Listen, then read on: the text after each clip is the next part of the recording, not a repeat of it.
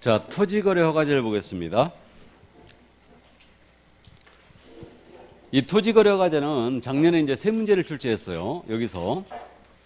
자, 그럼 허가구역의 지정 내기 시작했거든요. 그래서 이제 공법 쪽에서 보면, 공법 쪽에서 넘어오기 전에 우리가 28회 때 넘어왔는데, 27회 때까지 보면 공법 쪽에서 토지거래 허가구역의 지정에 대해서 엄청 잘 물었습니다. 그러니까 절차까지 전부 다 숙지를 다 해두셔야 돼요.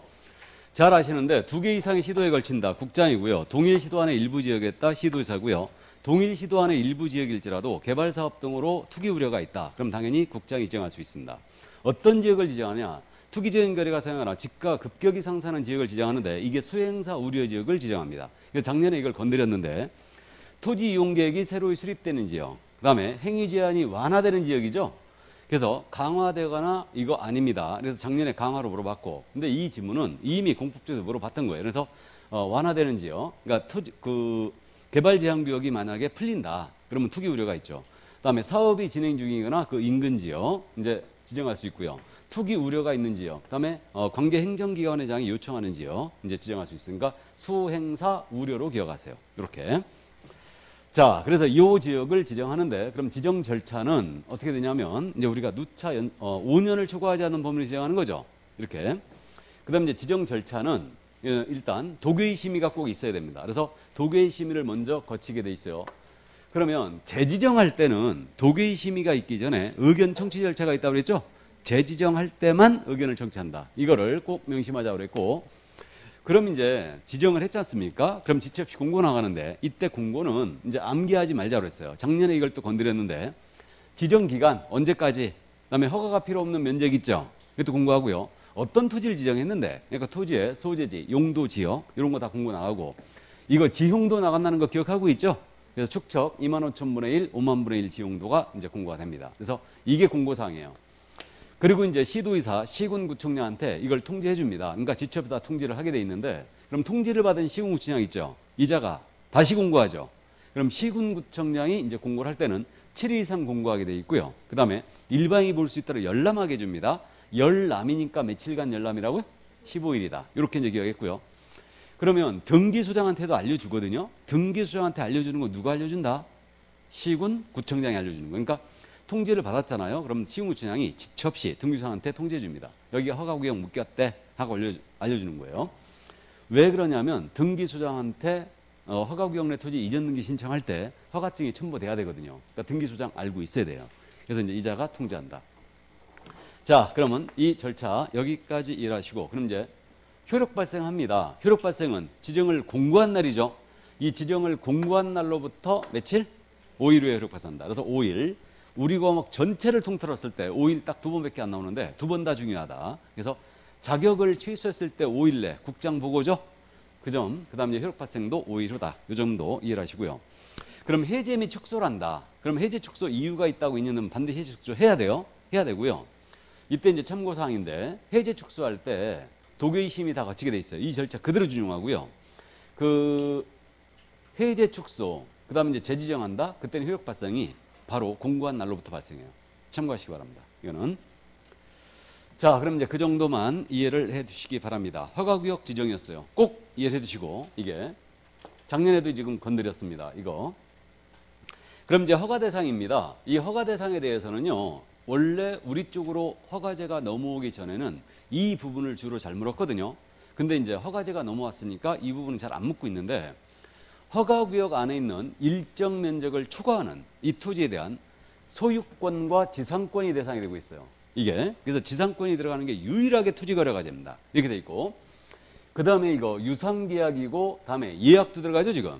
그러니까 이 점을 이해해 주시는데, 소유권, 지상권의 유상계약 및 예약이 대상이다. 이게. 그래서 우리가 매매교환, 증여, 상속판결, 경매 6가지를 꼭 따져본다는데, 매매교환입니다. 유상계약 맞죠? 허가 받아야 되고, 근데 증여는 무상계약이니까 당연히 대상이 아닙니다. 그 다음에 상속은 규제에 들어갈 일이 없다 그랬고, 그 다음에 이제 판결은 짜고 치는 걸 맡겨서 규제에 피해가는 거 없다 그랬어요. 그럼 다 알아봤고, 이때 주의할 점은요, 경매입니다. 경매. 경매는 허가구역 토지를 경매로 낙찰받았어요. 허가 받는다 안 받는다? 안 받는다. 꼭 기억해야 되죠? 꼭 기억해야 됩니다. 공매는 요즘 묻질 않고 있는데, 참고사항이에요. 지금서부터. 공매는 묻지 않고 있는데, 만약에 공매로다가 허가구역내 토지를 취득했잖아요. 이게 비업무용 공매를 얘기합니다. 그럼 기업체가 갖고 있는 비업무용 부동산을 한국자산관리가 대신해 주는 거죠. 그럼 비업무용 토지였는데 이게 허가구역 내 토지였어요. 그래갖고 공매를 했는데 만약에 3회 이상 유찰이 됐잖아요. 그래갖고 낙찰을 받았다. 그때는 허가를 면제해 줍니다. 이때는. 그래서 이제 이 점 이해해 주시고요. 뭐 수용을 했다. 국공유산의 입찰로 처분한다. 허가구역의 토지를. 그 다음에 이제 토지에 따른 뭐 이 법률에 따른 토지의 공급 또는 조세를 물납한다. 그러면 이때는 이제 허가를 다 면제하고 있고요. 그 다음에 조세 체납 처분이 있거든요. 이게 있는데 이게 뭐냐면 이게 압류부동산 공매라고 그래요. 이 압류부동산 공매는 실질이 경매와 똑같아요. 그러니까 토지거래 허가를 처음부터 면제해버립니다. 이거는 경매와 동일합니다. 근데 비업무용 공매는 원칙적으로 허가 받아야 돼요. 근데 단 3회 이상 유찰됐으면 면제를 합니다. 그래서 일단 참고해 주시고, 그 다음에 여기 마지막에 지금 외국인이 취득허가 받았다고 그랬죠. 그럼 이게 뭔 얘기냐? 그럼 토지거래를 면제하거든요. 그럼 이게 그거라고 그랬어요.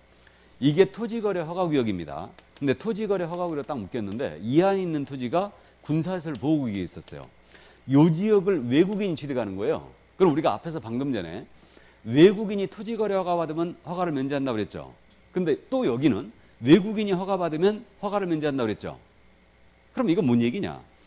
그럼 외국인이 이 지역을 취득할 때는 이 외국인은 토지거래 허가를 받든 외국인 취득 허가를 받든 둘 중에 하나만 받으면 서로 면제한다는 얘기죠. 그 얘기예요, 이거. 됐습니까? 이 정도 이해하시면 됩니다. 경매를 꼭 기억하시고 다른 건 놓쳐도 상관없습니다. 그래서 이 정도 꼭 이해를 해두시고, 자, 그 다음에 이제 허가 대상이냐 아니냐 요걸 봤는데 그 밑에 이제 메모가 돼 있어요.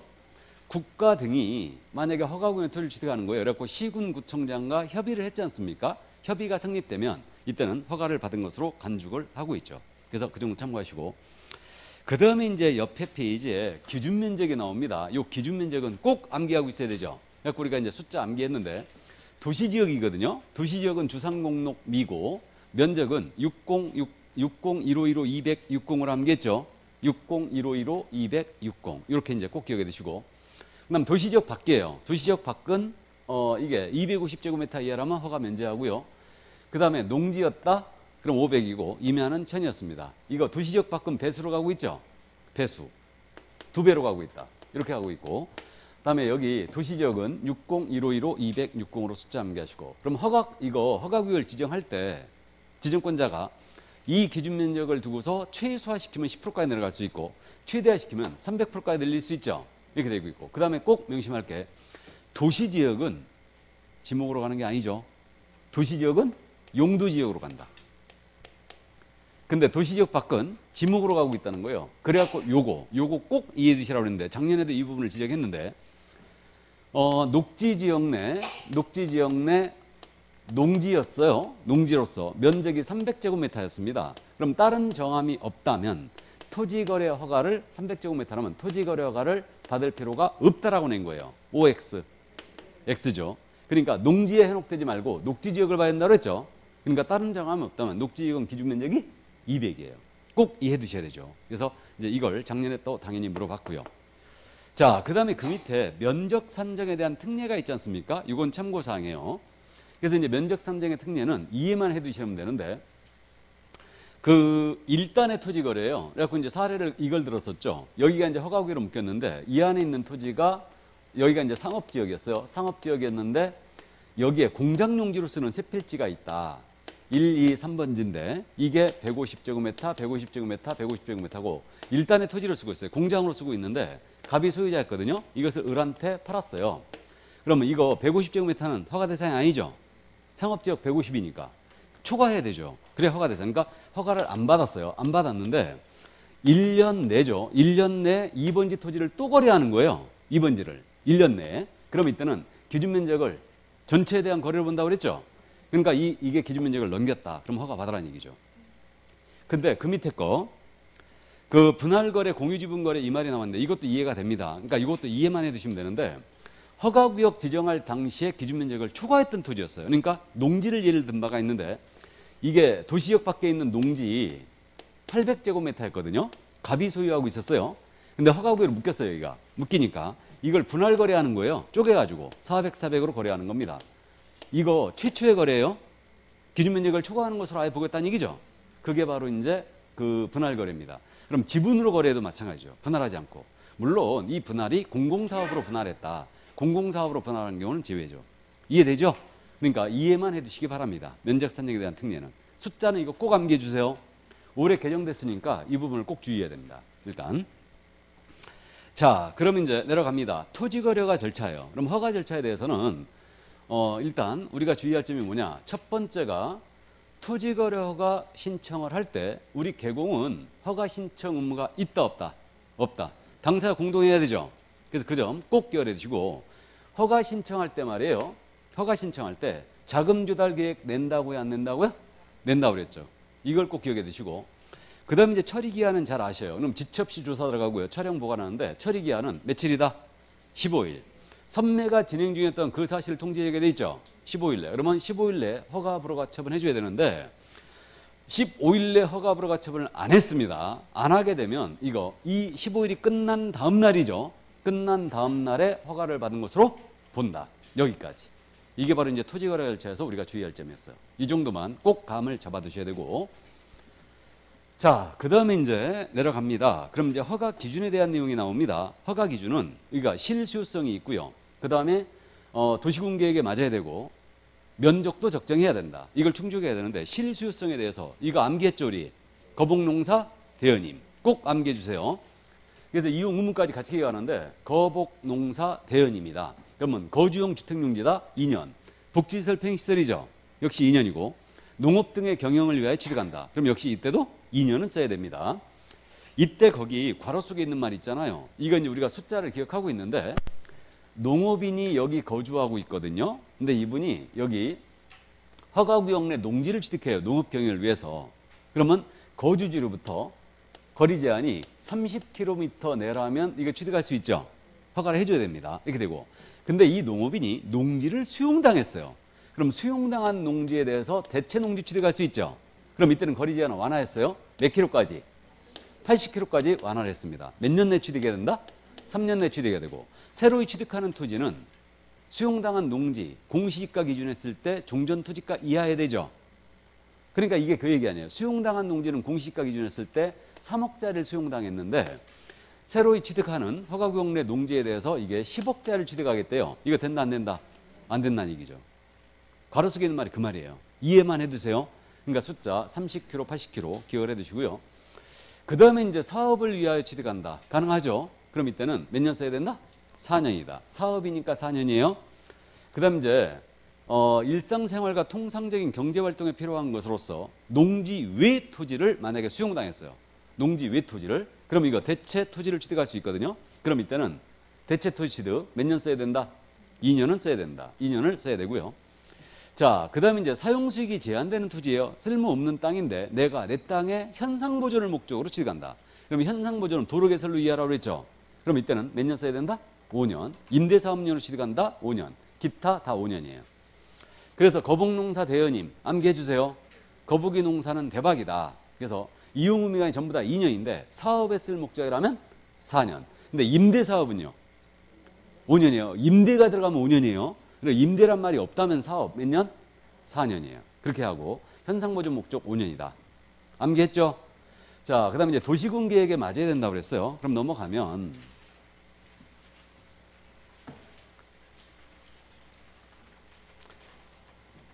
자, 도시군 계획에 적합해야 되고요. 주민의 생태계 보존과 주민의 생활 환경에 중대한 위해를 끼칠 우려가 없어야 된다. 그리고 면적도 적정해야지만 허가를 받을 수 있다. 이렇게 이해해 주시면 되겠고요. 그 다음에 이제 토지 이용에 관한 의무 있지 않습니까? 이거 꼭 기억하고 있어야 되죠. 그리고 토지 이용에 관한 의무 있지 않습니까? 이게 우리 쪽에서 지금 28회 때 넘어왔다고 그랬는데 5번 시험 보는 동안 무려 4번을 출제했다고 그랬어요. 이 부분을. 그래서 허가받은 목적으로 토지를 이용해야 돼요. 5년을 초과하지 않으면서 이용하고 있는데 그 다음에 시군구청에 1년에 한 번씩 실태조사합니다. 그래서 허가받은 목적으로 안 쓰고 있다. 그러면 이거 3월 내 기간을 정하여 문서로다가 이행명령 떨어지죠? 그러면 이행명령은 문서로 하게 돼 있고요. 그 다음에 3월 내 기간을 정하여 나간다. 다만 농지법상 이행강령이 부과됐다. 그때 이제 제외하는데 어쨌든 이행민령은 3개월 내 기간을 정하 나가요. 그러면 이행민령에 불응했잖아요. 불응하게 되면 이제 이행강제금 떨어지죠. 그럼 이행강제금을 기억하는데 최고 토지가액의 몇 프로? 토지 취득가의 10% 범위내에서 나간다. 최고 10% 이걸 기억하고. 그래갖고 연 1회 반복하여 부가징수하는데 이행강제금 부과기준 이제 암기하고 있죠. 방이 몇 개라고 그랬어요? 10개. 그럼 방치는 10%고 이 중에 임대한 방이 7개. 그러니까 7%고 용도 변경 사용하고 있는 것은 5개. 기타 방들은 색칠했어요. 7%. 감 잡았죠? 방 10개, 임대 7개, 용도 변경 사용 5개. 꼭 암기해 주시고요. 그 다음에 이제 이행강제금 부과에 대해서는 이의제기할 수 있습니다. 이거 최근에 이걸 엄청 잘 묻고 있는데 이행강제금 부과에 대한 이의제기는 며칠이다? 30일. 이거 허가 불허가 처분에 대한 이의신청이 있죠. 그 밑에. 이의신청은 몇 개월? 1개월. 근데 30일을 1개월로, 1개월을 30일로 바꿔내지 않는다 그랬죠. 그러니까 이건 돈이니까, 이행강제금은 돈이니까 30일이다. 날짜로 간다. 그러니까 30일에 이의제기할 수 있고요. 자, 그래서 여기까지입니다. 그러면 허가받은 목적대로 안 썼어요. 안 쓰게 되면 이거 계속 불응하게 되면 허가를 취소해버릴 수도 있죠. 허가 취소도 가능하다. 그래갖고 작년에 물어봤던 게 그거 물어봤잖아요. 토지를 허가받은 목적대로 이용하지 아니한 경우에 취할 수 있는 조치가 아닌 것을 골라라. 그럼 허가받은 목적대로 이용하지 않았다. 그럼 일단 여기 나왔듯이 이행명령 떨어질 수 있죠. 이행명령이 부과될 수 있고 여기에 불응하면 이행강제금 나가죠. 이행강제금 때릴 수 있고 다음에 허가도 취소해버릴 수 있죠. 허가 취소할 수도 있어요. 허가를 취소해버릴 수도 있고 그 다음에 이제 우리가 아직 선매 안 했는데 이거 선매할 수도 있죠. 그럼 선매 대상 토지는 허가받은 목적대로 이용하지 않는 토지라든가 또는 공익사업용으로 쓸 토지 이게 바로 선매 대상 토지죠. 그러니까 선매할 수도 있어요. 작년 문제 정답이 과태료였어요. 과태료 부과할 수 있다. 틀렸습니다. 이해되세요? 그 정도. 그러니까 이런 식의 종합 문제를 냈었죠. 작년에. 그래서 이제 이 정도 또 이해를 해 두시고 자 그러면 이제 토지 이용에 관한 의무 꼭 기억하시고 그 다음에 그 밑에 허가 불허가 효과 있죠. 이것도 꼭 기억해야 되죠. 허가 불허가 효과도. 하기사 이 자료는 제가 지난주에 얘기했죠. 글자 하나라도 빼먹지 말고 다 알아야 된다. 그 얘기 안 했나? 했죠? 네, 했어요. 그래서 어쨌든 글자 하나도 빼먹지 말고 꼼꼼히 다 챙기시기 바랍니다. 그러니까 정확하게 다 보고 있어야 돼요. 그러면 이제 요거 허가 불허가 효과인데 허가증 나갔거든요. 허가증 나가면 요거 엄청 잘 묻죠. 농지였어요. 농지증 받은 것을 의지하죠. 이거를 아주 무지하게 잘 묻습니다. 고맙게도. 허가증 나오면 농지증 의제.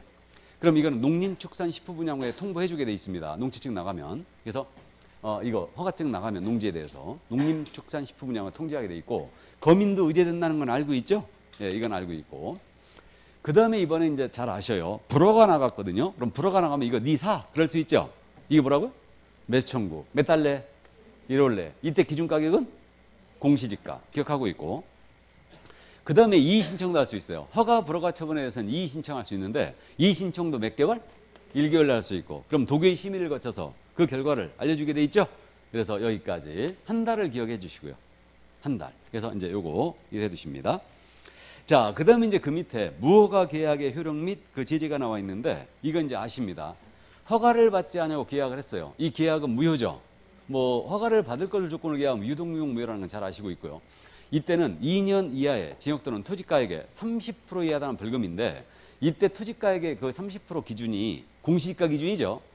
공시지가 기준이다. 왜 공시지가냐면 허가를 안 받고 계약했어요. 취득가가 있어요, 없어요? 취득가가 없죠. 그러니까 공시지가 기준이야. 그래서 일단 그렇게 됩니다. 그 정도 이해를 또 해두시고 밑에 그 2번에 있는 내용은 참고하세요. 조치명령 2번은 1-1인데 일단은 참고하세요. 2년에 30%에 해당하는 벌금을 기억해야 돼요. 그래갖고 작년에 또 그거 냈지 않습니까?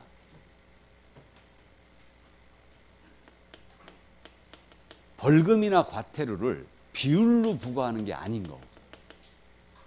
이것도 물어봤어요. 비율로 부과하는 거 아닌 거. 그게 정답이 외국인 허가 위반. 외국인이 군문생 야 토지를 취득하면서 허가를 안 받았다. 그건 2년에 2천이죠. 그럼 비율이 아니죠. 벌금이. 비율이 아니에요.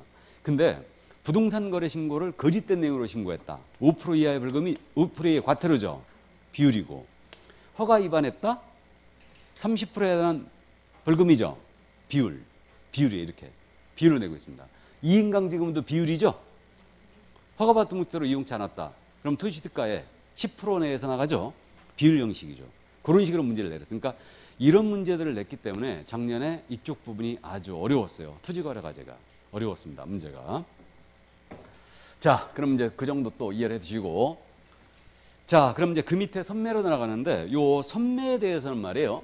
그림만 딱 기억하자고 그러는데, 그럼 선매는 협의 매수를 얘기하고 선매 대상에 도는 토지는 이게 언급이 안 돼 있는데, 요즘 여러분들이 워낙 예민해져 가지고 선생도 예민하고 학생도 예민해지고 다 스트레스를 받을 대로 받아갖고 예민해졌는데, 아주 별별 질문이 다 올라오는데, 그 질문 중에 하나가 교수님 PPT하고 왜 자료하고 틀려요? 그 이유가 뭔데요? 아, 그럴 수도 있지.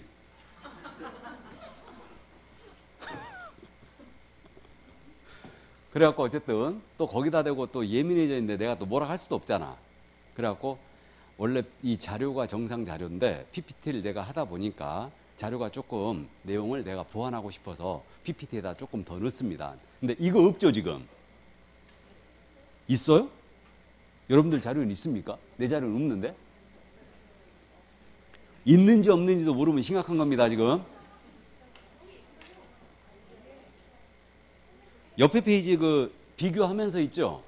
비교하면서 있는데, 그러니까 그거 옆에 페이지까지 보고 계시면 참 좋습니다. 예, 좋은데 어쨌든 이게 이제 이런 게 지금 현재 없는데 PPT하고 약간 틀린 부분이 약간은 있어요. 약간 있는데 근데 크게 대세에 영향이 없습니다. 근데 여러분들이 워낙 지금 예민해져 있기 때문에 이제 그런 질문은 내가 이해가 해요. 다 이해를 하는데 어쨌든 너무 겁내하지 말란 얘기예요. 시험에 지면 안 된다고 그랬죠. 근데 시험에 여러분들이 1년 동안 농사를 이제 하루에 끝내기 때문에 겁납니다. 그러니까 얼마나 떨리겠냐고. 그 심정 이해가 됩니다. 나도 옛날에 사법시험 볼 때 그랬으니까. 그러니까 어쨌든 이제 떨리긴 하는데, 그거 저는 진짜 그랬다니까. 솔직히 얘기하고 공인인사 자격시험도 합격 못하면 이거 쪽팔려서 어떻게 사냐고. 지금 누구는 지금 쪽팔려 해가지고 아주 그냥 문매를 맞았는데 어쨌든 그래갖고 이게 이까이 것 하면 여러분들 진짜 합격해버린다니까. 내가 모르는 것도 막 찍으면 다 맞는 거예요 그냥. 그러니까 여러분들이 지는 거지. 시험에 지는 거예요. 그러니까 그 시험을 겁내하면 안 돼요. 그러니까 일단은 난 자신감 있게 이제 시험을 볼 수는 없는데 그래도 이까이 것 이것도 못 해가지고 내가 뭘 한다고. 이제 그래가지고 그렇게 하면은 시험을 이기면은 차라리 더 잘 보는데, 근데 워낙 이제 1년간의 농사를 여기 불합격 가면 그 쪽팔림을 어떻게 해야 되고 내년에 또 공부를 한다는 게 이렇게 지겨울 수가 없는 거지. 근데 이제 겁내하지 말고 이겨내시라고요. 그러니까 한 달만 딱 참으면 이제 끝나는 거죠. 여러분들도 지금 현재 시험 끝나면 어디 여행도 가야 되고 지금 여행 막 난리라는데 여행도 가야 되고 계획을 다 잡고 있는데 시험 끝나고 나잖아요. 아무 생각이 안 날걸요? 아무 생각이 안 납니다. 이게. 어쨌든. 근데 겁내하지 마시고 그냥 자신감 있게 들이닥치고, 문제는 1차거든요. 근데 우리 학원이 1차를 엄청 열심히 하는 학원이잖아요 지금. 그죠? 그러니까 1차는 이제 어쨌든 넘어오기만 하면 2차는 그나마 중개사법은 배신을 꼭 항상 안 하니까, 배신은 꼭 공법이나 공시법이에요. 본법이나 공시법이 배시합니다. 이게 중개사법은 어렵게 내도 최소한 70점 이상은 맞거든. 이게 그러니까 이제 크게 어려움이 없는데, 공법이나 공시법을 어렵게 냈다. 그러면 이제 죽음이에요. 그럼 결국은 중개사법에서 커버하는 수밖에 없는데, 어쨌든 그래도 2차가 뭐 중개사법이 있으니까 그나마 조금 위안이 돼요. 위안이 되는데 1차는 문제예요. 1차는 진짜 어렵게 내면 답이 없어요. 그는 어렵게 내면 답이 없습니다. 다시 할 각오를 해야지. 그는. 그러니까 어쨌든 시험을 좀 쉽게 내기를 바라는데, 그래도 우리가 1차를 내공을 많이 쌓아왔으니까 어쨌든 1차만 넘어오면 2차는 이제 무난히 통과하는데 큰 지장은 없다는 얘기예요. 자, 그래서 어쨌든 좋습니다. 선매. 그럼 공익사업용 토지라든가 허가받은 목적으로 이용하고 있지 아니한 토지는 선매할 수 있죠. 이게 되고, 이 그림만 기억하자고 했어요. 그러면 허가 신청 들어갔거든요. 그럼 이게 선매가 이미 진행 중이었어요. 토지공사에 사겠다고. 그러면 선매가 진행 중인 사실을 통지하게 돼 있죠. 며칠 내? 15일 내 통지해 줘야 됩니다. 그럼 이런 사실이 없다면 이거 선매자 지정해 줘야 되죠. 몇 달 내? 1월 내 지정해 줘야 됩니다. 그럼 선매자로 지정이 됐어요. 그럼 지정이 된 자는 이거 선매협의 들어가야 되죠. 선매협의는 며칠? 15일 내에 들어가야 돼요. 이때 기준가격은 뭐예요? 감정가 기준이다. 지가 사는 거니까 감정가 기준이다. 자, 그래서 감정가를 기준으로 이제 선매가 되고요. 그 다음에 이제 선매협의 완료해줘야 됩니다. 몇 달? 1월. 그래서 1월 내줍니다. 그러니까 숫자를 15일 1월, 15일 1월로 기억하세요. 이렇게 기억해 주시고. 그럼 선매가 불성립했거든요. 그럼 불성립하게 되면 이거 어떻게 하라고 그랬어요? 지체 없이 허가 불허가 처분해줘야 되죠. 지체 없이 허가 불허가 처분해준다. 선매가 불성립하면. 자, 그럼 선매 요 정도 이해해 두시고 옆에 페이지에 매수 청구와 불허가 처분 나갔을 때 매수 청구와 선매를 서로 비교해 놨는데 이건 참고예요. 거기서의 핵심 포인트는 그겁니다. 거기 맨 밑에 매수 가격 있죠. 그럼 매수 청구할 때 불허가 처분 나갔고 매수 청구할 때 기준 가격은 뭐다? 공시지가. 근데 선매는 지들이 필요로 사니까 기준가가 감정가예요. 그 다음에 참고사항인데 그 바로 위에 있는 칸. 매수 청구 대상이 되는 권리는 지상권도 들어가고 있죠. 근데 선매는 협의 매수니까 소유권만 대상이에요. 감 잡았어요? 참고하시기 바랍니다. 그리고 그 위에 매수 선매자 이렇게 돼 있죠. 그래갖고 각종 공사가 쭉 나열돼 있죠. 이거를 30회 때 물어봤던 거 아니에요. 우리 골탕 먹이려고 작정하면서 매수자가 될 수 있는 자를 모두 골라라 이렇게 낸 거예요. 이 공사를 어떻게 암기하냐고. 암기 못하지. 출제자도 암기 못하고 있을걸? 그러니까 나쁜 놈이지. 어쨌든 그러니까 그래도 이제 틀려라고 이렇게 작정하고 내는 문제가 이제 나오니까 그래갖고 이때 30회 때 있잖아요. 아닌 자가 누구였냐면 여기 한국은행 없죠. 한국은행이 매수할 일이 없잖아. 그 다음에 여기 특이한 게 지방공사가 빠져 있어요. 지방공사는 그 웬만하면 다 들어가거든요. 그래서 뭐 GH공사라든가 SH공사 이런 데가 안 들어가요. 그래서 일단 이렇게 돼 있습니다. 참고해 두시고요. 항만공사가 문제였는데 항만공사도 없죠. 항만공사 없어요. 자, 그래서 이 정도만 참고하시기 바랍니다. 자, 여기까지. 이게 토지거래 허가제였어요. 그래서 토지거래 허가제는요, 여기 있는 자료로 그냥 커버하시기 바랍니다. 물론 이제 여러분들은 이론 정리를 여기 있는 자료로 하시게 될 거고 이 자료를 기초로 해가지고 내가 조금 부족하다, 조금 의심스럽다 이런 부분들은 요약집 펴가지고 오시면 돼요. 순서 똑같죠 지금? 요약집하고 순서 똑같아요. 그러니까 거의 똑같기 때문에 찾는데 크게 어려움은 없을 거예요. 이게.